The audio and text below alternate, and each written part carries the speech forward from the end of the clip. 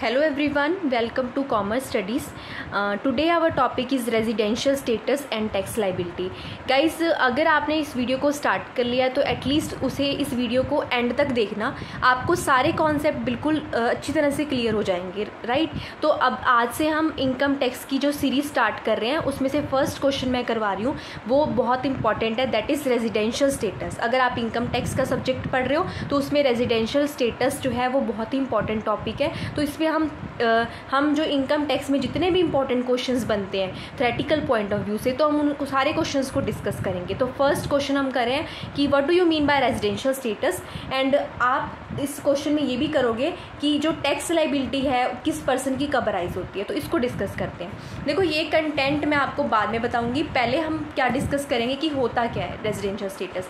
अगर मैं आपको कहूँ कि इंडिया में कौन सा पर्सन टैक्स पे करेगा, ठीक है, टैक्सेशन का पढ़ रहे हैं ना हम, तो इंडिया में कौन सा पर्सन टैक्स पे करेगा, तो आप बोलोगे कि जो पर्सन इंडिया में रह रहा है वो इंडिया में टैक्स पे करेगा। ऐसे ही मैं अगर आपको कहूँ जो फॉरेन में पर्सन रह रहा है वो कहाँ पे टैक्स पे करेगा, आप बोलोगे फॉरेन में करेगा। अब कुछ लोग क्या है कि कई बार इंडिया आ जाते हैं, कई बार फॉरेन चले जाते हैं, कभी फिर आ जाते हैं, कभी फिर चले जाते हैं। तो ऐसी सिचुएशन में क्या करें, कई बार वो इंडिया से अर्न करना स्टार्ट कर देते हैं, कई बार वहाँ से। तो हमने क्या किया, कुछ ना डेज फिक्स किए कि इतने दिन अगर कोई पर्सन इंडिया में रहता है तो कुछ डेज़ हैं, हम नेक्स्ट रूल पढ़ेंगे, अभी मैं बेसिक बता रही हूँ आपको कि अगर कोई पर्सन इंडिया में रह रहा है इतने दिनों से ज़्यादा, कुछ डेज़ होते हैं, तो हम उसी पर्सन को कहेंगे कि वो इंडिया का पर्सन है और वो यहाँ पे ही टैक्स पे करेगा। वो हम क्या माना जाएगा, इंडिया का रेजिडेंट माना जाएगा for the purpose of taxation, चाहे वो इंडिया में रहने वाला है या नहीं है। अगर उसने उस डेज़ की लिमिट को क्रॉस कर दिया, इट मीन्स वो यहाँ पे ही टैक्स पे करेगा, राइट।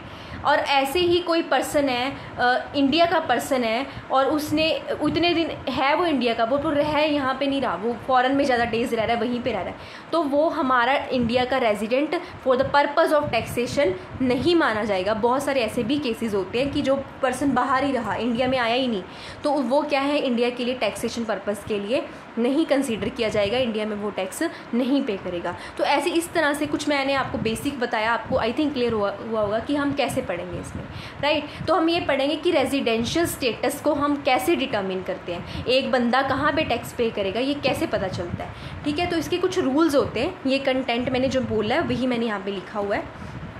देखो, अब हमारे पास कैसे डिटर्मिन किया जाता है रेजिडेंशियल स्टेटस। देखो, आपने पढ़ा होगा कि एक इंडिविजुअल पर्सन है तो वो भी पर्सन की डेफिनेशन में आता है। ऐसे ही हिंदू अनडिवाइडेड फैमिली है, कंपनी है, ये सारे पर्सन्स माने जाते हैं और इनका रेजिडेंशियल स्टेटस क्या होगा। अगर इंडिविजुअल पर्सन है तो हम देखेंगे कि वो इंडिया में कितने दिन रह रहा है, उसके अकॉर्डिंग वो टैक्स पे करेगा। नेक्स्ट है हिंदू अनडिवाइडेड फैमिली है, तो हम ये नहीं देखेंगे कि हिंदू अनडिवाइडेड फैमिली की डेज देखेंगे, हम देखेंगे कि उनकी मैनेजमेंट कहाँ से हो रही है, प्लस जो उसका कर्ता है, जो उसका हेड है वो कहाँ पे रह रहा है, उसके लिए हम डेज काउंट करेंगे। ऐसे नेक्स्ट है फर्म, अगर फर्म है तो उसके केस में कंट्रोल एंड मैनेजमेंट देखी जाएगी, ठीक है, जैसे वो कहाँ से कंट्रोल हो रही है। अगर इंडिया का पर्सन कंट्रोल कर रहा है तो इंडिया में टैक्स पे करेंगे, अदरवाइज फॉरेन में करेंगे। ऐसे ही एओपी और बीओआई का होता है और लोकल अथॉरिटी का भी सेम होता है, अदर बिजनेसेस का भी सेम होता है। उनको देखा जाता है कि कहाँ से कंट्रोल किया जा रहा है बिजनेस, उसके बेसिस पे वो रेजिडेंशियल स्टेटस हम डिटर्मिन करते हैं। आई थिंक थोड़ा सा आपको क्लियर हुआ होगा। हम नेक्स्ट पढ़ेंगे तो आपको ज़्यादा क्लियर हो जाएगा। अगर देखो, रेजिडेंशियल स्टेटस जो है हमारा दो तरीके का होता है। फर्स्ट, एक इंडिविजुअल पर्सन के लिए और हिंदू अनडिवाइडेड फैमिली के लिए, या तो वो रेजिडेंट होगा इंडिया का या वो नॉन रेजिडेंट होगा। और अगर बाकी पर्सन है, एओपी है, कंपनी है, या तो वो रेजिडेंट होगी या फिर वो नॉन रेजिडेंट होगी, राइट। तो रेजिडेंशियल स्टेटस में फर्स्ट हम पढ़ेंगे कि रेजिडेंट, एक बंदा इंडिया का रेजिडेंट कब माना जाता है। इंडिविजुअल में फर्स्ट हम पढ़ेंगे कि एक बंदा इंडिया का रेजिडेंट कब माना जाता है। उसके लिए कुछ कंडीशंस हैं, वो कंडीशंस ये हैं, दो कंडीशंस हैं। अगर इन दोनों कंडीशन में से वो पर्सन किसी एक कंडीशन को भी पूरा कर देता है तो उस पर्सन को हम क्या मानेंगे, इंडिया का रेजिडेंट मानेंगे। आई रिपीट कि दोनों कंडीशन में से अगर एक कंडीशन को पूरा कर देता है तो हम उस पर्सन को इंडिया का रेजिडेंट मानेंगे और वो यहाँ पे टैक्स पे करेगा।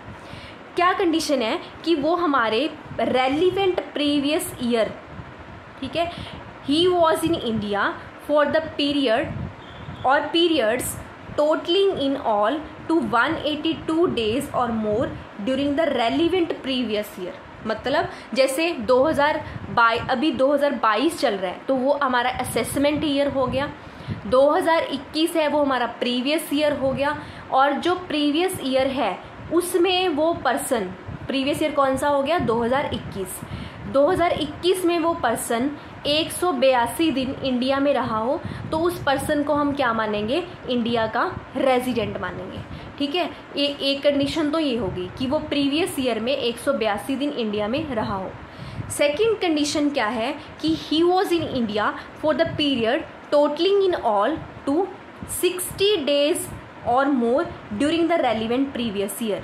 अब प्रीवियस ईयर वही एग्जाम्पल कंटिन्यू करते हैं कि अब 2022 चल रहा है तो वो हमारा असेसमेंट ईयर हो गया, और 2021 जो है वो प्रीवियस ईयर हो गया। तो प्रीवियस ईयर में 60 दिन इंडिया में रहा हो, और प्रीवियस ईयर के पिछले 4 सालों में, मतलब 2021 से पिछले चार साल कौन से हो गए, 2021 से पिछले 4 सालों में 365 दिन यानी कि 365 डेज वो इंडिया में रहा हो। अगर इन दोनों में से कोई भी एक कंडीशन फुलफिल हो जाती है तो वो पर्सन इंडिया का रेजिडेंट माना जाता है। ठीक है, पहली कंडीशन बहुत सिंपल थी, जैसे 2022 हमारा असेसमेंट ईयर है और इसमें हमारा जो प्रीवियस ईयर कौन सा है 2021, तो 2021 में वो कितने दिन रहा हो 182 दिन यानी कि 182 डेज। नेक्स्ट हमारी कंडीशन क्या थी कि 60 डेज, या तो ये कंडीशन पूरी होगी फिर तो हमने दूसरी कंडीशन देखने की ज़रूरत ही नहीं है। अगर ये वाली नहीं पूरी हो रही तो हम देख लेते हैं कि चलो दूसरी चेक करके देखते हैं। तो उस सिचुएशन में क्या है, 2022 हमारा असेसमेंट है, 2021 हमारा प्रीवियस ईयर है, तो 2021 में वो 60 दिन इंडिया में रहा हो, और 2021 के पिछले 4 सालों में यानी कि 2020, 19 और 18 और 17 और ये इन ईयर्स में वो 365 डेज इंडिया में रहा हो तो उस पर्सन को हम इंडिया का रेजिडेंट मानेंगे। आई थिंक आपको दोनों कंडीशन जो हैं उनमें से एक कंडीशन पूरी होनी चाहिए तो वो हम कहेंगे कि पर्सन इंडिया का रेजिडेंट है। तो हमने पहले पढ़ा कि इंडिविजुअल में या तो वो रेजिडेंट होगा या वो नॉन रेजिडेंट होगा। अब रेजिडेंट के बाद नेक्स्ट है कि या तो वो ऑर्डिनरी रेजिडेंट होगा या वो नॉट ऑर्डिनरी रेजिडेंट होगा। पहले मैं ऑर्डिनरी की भी कंडीशंस बता देती हूँ आपको। इस वीडियो को हम 2 पार्ट्स में करेंगे। अभी ये लास्ट कंडीशन के बाद नेक्स्ट पार्ट वीडियो का नेक्स्ट टॉपिक जो है वो हम वीडियो के नेक्स्ट पार्ट में करेंगे। पहले ये कंडीशंस को कर ले।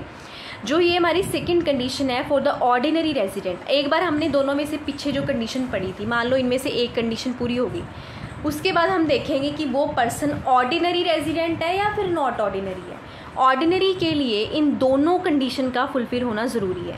कंडीशंस क्या हैं कि वो person he must B resident of India in at least 2 out of 10 previous year preceding the relevant previous year. Preceding the relevant previous year का मतलब होता है जैसे सपोज करो हमारा 2022 असेसमेंट ईयर है, 2021 हमारा प्रीवियस ईयर है, तो प्रीवियस ईयर के रेलिवेंट प्रीवियस ईयर मतलब ये हमारा रेलिवेंट प्रीवियस ईयर हो गया, इसके प्रीसीडिंग मतलब इसके पिछले 10 सालों में, प्रीसीडिंग मतलब इसके पिछले 10 सालों में वो पर्सन कोई भी 2 साल इंडिया में रहा हो तो हम उसको ऑर्डिनरी रेजिडेंट मानेंगे।